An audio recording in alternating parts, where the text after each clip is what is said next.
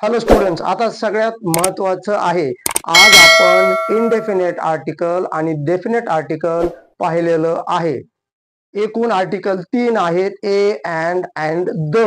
ए आणि अँड आहेत indefinite article आणि द आहे डेफिनेट आर्टिकल। आता आपण त्याची पाहणार आहोत समरी टेबल। एका मिनिटामध्ये तुम्हाला हा टॉपिक समजून जाईल। पहिल्यांदा बघा, कोणतं आर्टिकल? ए आर्टिकल कधी वापरायचं? बिफोर जनरल नाउन, सामान्य नामापूर्वी, ज्याला तुम्ही फर्स्ट टाइम पाहत आहे, singular countable noun.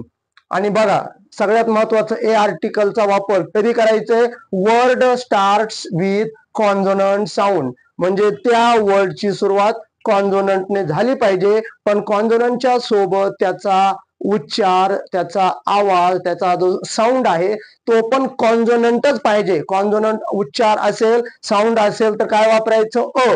For example, a ball, a doctor, a car. बघा इथं बी काय आलं? कॉन्सोनंट। डी काय आलं? कॉन्सोनंट। सी काय आलं? कॉन्सोनंट। म्हणून आपण इथं काय वापरलं? अ। चला त्यानंतर पाहूया अँड चा वापर। बिफोर अ जनरल नाउन, सामान्य नामापूर्वी अँड वापरायचं, पण आता हे महत्वाचं आहे, कधी वापरायचं and? Word starts with vowel sound, त्या वर्डची स्पेलिंग काही का असेना, पण त्याचा उच्चार, त्याचा जो साऊंड आहे तो वॉवेल पाहिजे। जर त्याचा उच्चार, त्याचा साऊंड वॉवेल असेल तर आपल्याला काय वापरायचंय? अँड वापरायचं आहे।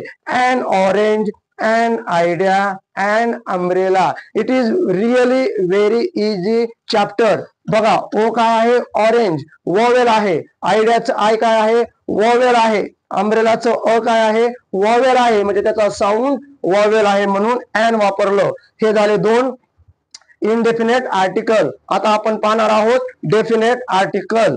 डेफिनेट कधी वापरतात? फॉर समथिंग स्पेसिफिक, ज्याला तुम्ही ओळखता, विशेष असा आहे, ज्याच्याबद्दल तुम्हाला ऑलरेडी माहिती आहे। ऑर ऑलरेडी नोन, ज्याला तुम्ही ऑलरेडी ओळखता, ज्याला तुमच्याबद्दल माहिती आहे, अशासाठी काय वापरायचं? द। फॉर एक्झाम्पल बघा, द सन जगात एकच आहे आणि ते तुम्हाला माहित आहे। द मून ऑलरेडी माहित आहे। द आन्सर ऑलरेडी माहित आहे, किंवा ते स्पेसिफिक आहे, ते खास आहे।